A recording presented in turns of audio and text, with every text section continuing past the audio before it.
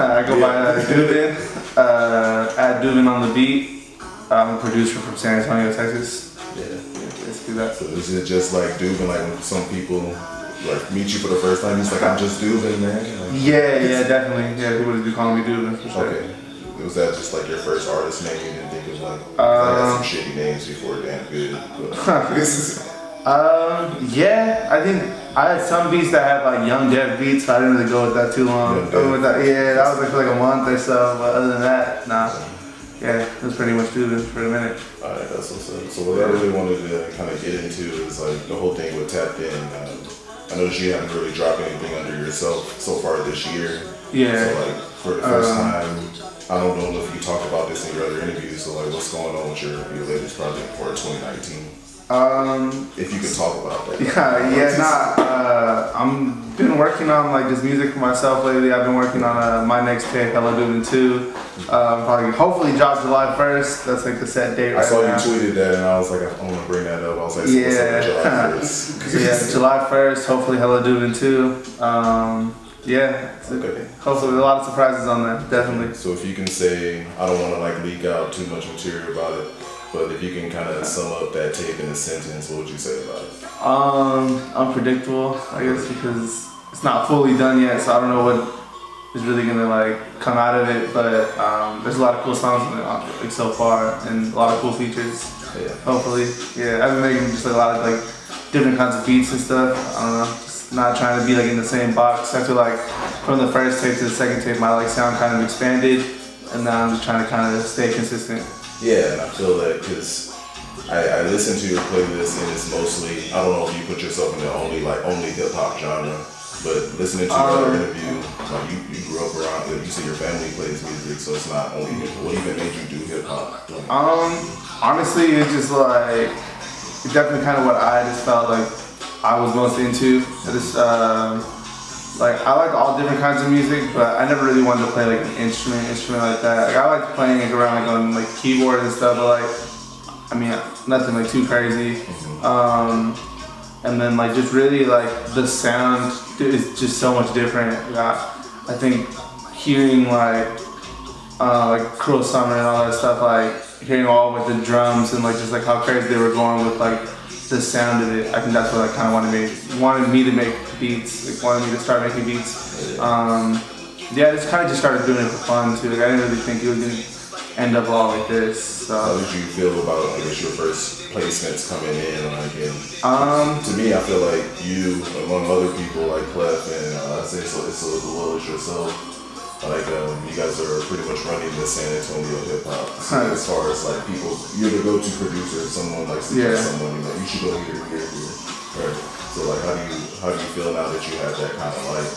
I like it, obviously. Like honestly, I like it definitely, but like at the same time, there's a lot of like younger producers that like need that shine too. Cause I remember when I was like trying to be what I am. Like I don't know, like I definitely wanted just like certain artists to like fuck with me, just to like give me a shot. So I don't like try to down like no new producers, because I know there's a couple like there's some guys that are gonna go crazy within the next year or two like that. Either we just don't know about yet, or they're like just slowly but surely like starting their wave.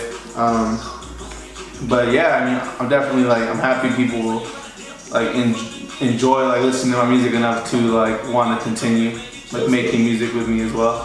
So yeah, I don't know, I think like all in all, like I like that people come to me like for new beats, but at the same time like check your emails too, because there's definitely like some heat coming from like some kids that you haven't given a shot to yet. Yeah. So how do you, as far as business goes, how do you differentiate people wanting to come work with DUVIN for the clout versus people wanting to come work with DUVIN for your sound? You know, like they respect your sound versus what you work with. Well, I really stopped giving out free beats like a while back, so everyone kind of just pays for my work now. I really don't differentiate my prices too much. I kind of just like try to stay like equal with everybody. There are certain people that I've been working with for like years that like, I mean, obviously like I'll work with them like for like a certain budget or like a different kind of thing, just because like we've like come up together, built together.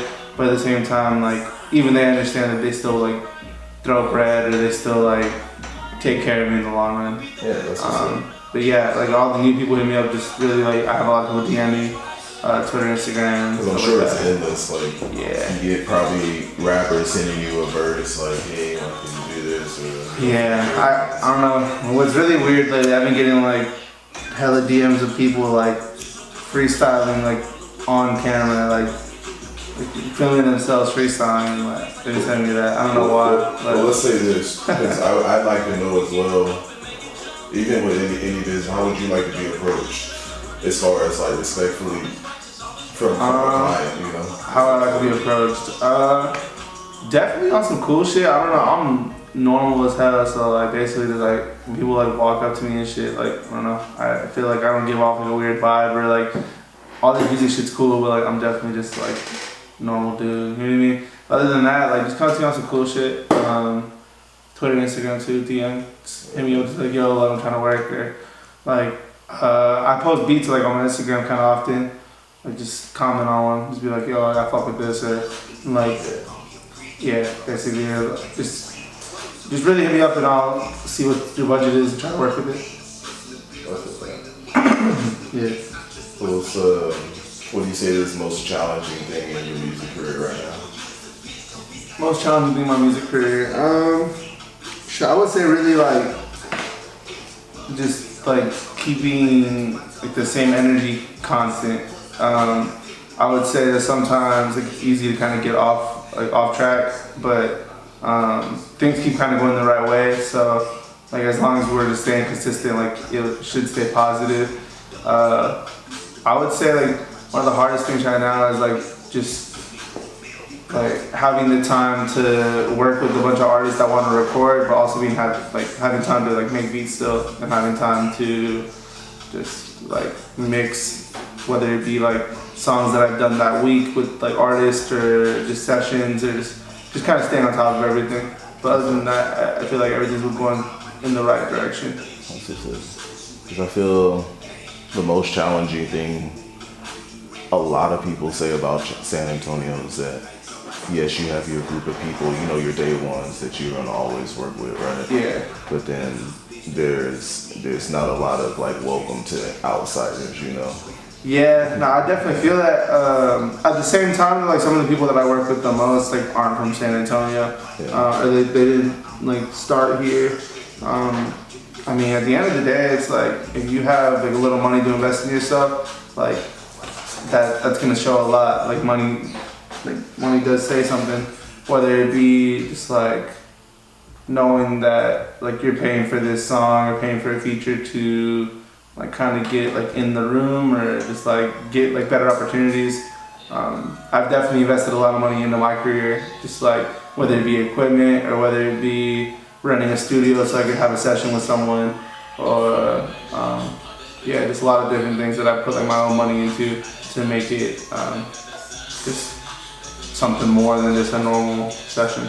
That's what really sets you apart from, you know, someone who's doing this as a job or just cause, you know, for fun. Like if you're willing to invest in yourself, that to me as a client shows that, you know, I really want to work with this man. Yeah, no, definitely. When you like are working with someone serious, you like and you have like the same like energy, it just makes everyone in like the scenario work better. Like everyone's gonna work a little harder because everyone knows it's actually for something compared to like, oh yeah, this is all cool and like it's fun and shit, but like this isn't really like gonna do anything or like change anything.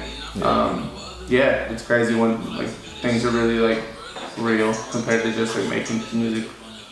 Not because making music for fun isn't bad, but at the same time like it does change like your like the aspect of like how you're going about it when you're getting. You gotta eat at the end of the day. Yeah, when you're making money and you're living off music, it changes the way you look at it for sure. Yeah, definitely. I feel like that's art in general. Like, yeah, not definitely. Like the media, just like living off of like some sort of like art in general is honestly, it's like the biggest blessing in the world. But at the same time, like it's definitely not for someone like not with like a good will behind them. They have to have like willpower. They have to have like be disciplined as hell to be able to really like pull it off, because you don't get that 2 week check. You know what I mean? Like you don't know when that next like payment's coming in or next whatever. So you gotta stay definitely buckled up. So that's all I would say. So anyone that wants to like not have a job and only do this all full time, like be prepared for some like hard weeks for sure. Hell yeah, I feel that.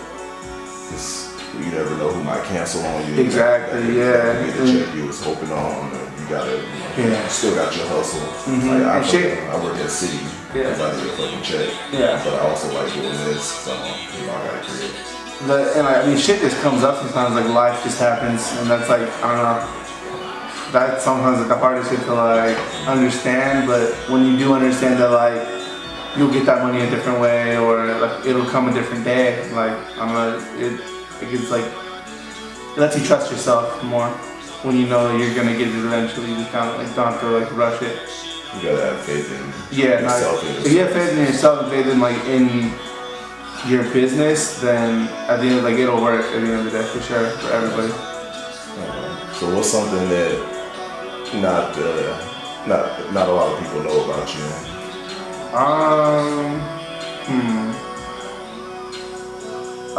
As far as what? I don't. Let's just say something you like. Like, what do you do other than making music?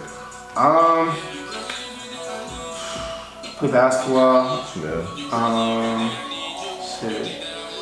Really? Like, I don't know. I've been making music a lot, man. I don't be doing that. I'm doing a lot more than that. You say, what do you mean? I'm usually just like either like making beats or just like watching TV, or I'm gonna go to like chill with someone and go to their crib and like they're either listening to music or like we're just smoking, just like watching music videos. So you know what I mean? Like, we're just always like music is kind of around us all the time. So well, it's important to surround yourself with people that are doing things you want to do. You know? Yeah, for sure. Yeah, and it's definitely like for people that don't have that much money or don't have like the budget and they want to find people that like are interested in it as well. Like you really just gotta like, I don't know, you can't make people interested, but at the same time that there are people that just don't have the means to do it, but they want to learn how to do it, or they want to like, yeah, I don't know. There's like 3 things about making music for people that don't make music at all. It's like first, like someone under the group has to get like all the equipment. Yeah. So like that's already like a money thing. That's commitment. Like you have to buy like, I mean, if you're really serious, you're buying monitors, you're buying like an interface, you're buying a good mic to record. You know what I mean? Like you're buying all this shit, and then like not only did you buy it, now you have to learn how to work it. Like, now you have to like learn how to use it, which like if you don't put the right time into that, like it takes forever. Yeah. So you'll get super discouraged and just like let it sit there and not fuck with it. And then after that, like it's one thing to like learn how to use it, but you have to like get good at using it too. So like after all 3 of those things, like sometimes like you miss that window of opportunity. Like you don't have like the time to make songs anymore, make beats, or like now like this happened in your life where like blah blah blah. So I feel like when people come to me, it's like you skip those first 2 steps. Like I already did everything for you. Now you just have to come either make the song or like, or even if you just want to catch a vibe, like come to the studio and shit. But like those first 2 steps, like a lot of time and money goes into those, and you're just skipping. And that's like where my value comes in. I feel like, you know what I mean? Like that popular meme that's been going around with that guy skipping over the stairs. Yeah, exactly. Yeah, honestly, like there's a lot of levels that you have to like go through to be successful, to be able to do it on your own, or to be able to have like your own like kind of thing going on. And I feel like a lot of people don't understand that. They just think that's gonna just happen overnight. And so even with me, like, I mean, I've been doing this since like 2016, but like not in like actually putting stuff out and like working for real, like that's like late 2017. Yeah, I know in the last one you were talking about you didn't want to be the guy, you didn't want to be the corny guy just pointing out beats every week, right? Yeah, no. To really master what you really wanted to do and put something like a whole piece. I like that you put a whole piece and like feature people on it, like not disrespect to beat taste, but I like that you feature artists rather. Yeah, to build songs rather than just to be. I don't know. Making beats is like one thing, cause like I mean, if you ask like me or like some of the producers I work with, like I collab with a lot, like we'll make beats in 10 minutes, 15 minutes, and like, oh yeah, they're cool sometimes. And sometimes like, damn, like that shit's crazy. You know what I mean? Like, I don't know, listening to beats just by themselves like got so tiring after a while. When you start making a lot of songs with people, like you don't want to just hear your beats without lyrics on them anymore. Yeah. So. Because usually you make that, at that point you start making them intended for that person. You know? Yeah, exactly. So my original goal was I was supposed to drop her first like Hello DUVIN tape, which I wouldn't have been the name of it, but I was supposed to drop it on my 21st birthday, which was August 18, 2017. Okay. Right, and I had like 5 or 6 songs they've done. They had a couple features, but they were all like kind of the same people, or relatively like Taylor, King Kali, and a couple others, because those were the people I was working with the most. And I would always say like, damn, I just need to get this person to give me a feature and this person, blah, blah, blah. But I wasn't working with them like that. But it took like months, like October, November, December, where I was working with like Mossy and I was working with King Sippy. And we're like, not all the time, but like I would maybe have like a session or two with them like a month. You know, but like we'd link up and make a song here and there. And then all that slowly but surely built up. And then almost a year later, I was able to drop my tape. So I'm happy, like, I'll tell everybody I'm so happy I waited, just waited because like. Because if you would have dropped a single with no marketing behind it. Yeah, no one would have cared. It would have just sat there. Yeah, so I'm happy I did it the way I did, because like even like the biggest song on the first Hello DUVIN tape was Patti LaBelle with King Sippy, Dead Almighty, and Kid Kill. And that was the last song made for the tape. Like literally came out July 1st and that song was like June 20th or June 21st, so we made it like not even like 2 weeks. Like that shit was done right before. I just had a random session. They were all there at my crib. We made the song and I was like, damn, this is hard. And at first it was gonna be 10 songs, and then it was 12 songs, and then that was the last song, so I was like, fuck, I'm gonna do 13. And that's how I did the first Hello DUVIN tape. As a producer, how does it feel to have somebody like want to make a music video like behind your, like just to like the beat you guys make? It's cool. Like I don't know, it really like are you included in like the creative? Like sometimes it depends on the artist. Honestly, it just depends. If it's like one of my like close like people, or like someone that I've been working with a lot, or I'm doing a whole tape with them, or like someone like that, I'll like see if they want me to be in it, or like be like, yo, like, is it cool if I slide, or cool if I pull up? And I'm also cool with a lot of video people too. Like even if I'm not in the video, I'll just go pull up and just kick it, because like I mean, like, it's kind of working on my project as well. It's a good look for me when someone puts out a video with my song, you know, like with the song that I did for them. So there's a good amount of videos out with my shit. Well, like with San Antonio, who's your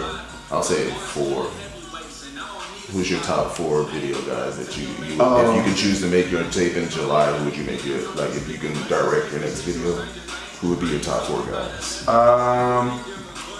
So I'm not gonna rank them, but shit for sure, fucking Davey Dave, Richie Ray, Steven Jets, and Retro Moy. Yeah, them four going crazy. I like that. I mean, there are other people, and I hope like they all keep competing, but like those are the 4 for sure.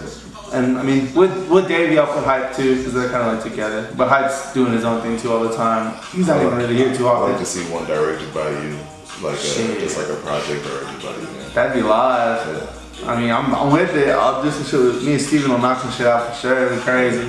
But yeah, for sure. Those guys, those are my guys. All 5 of them cool as well.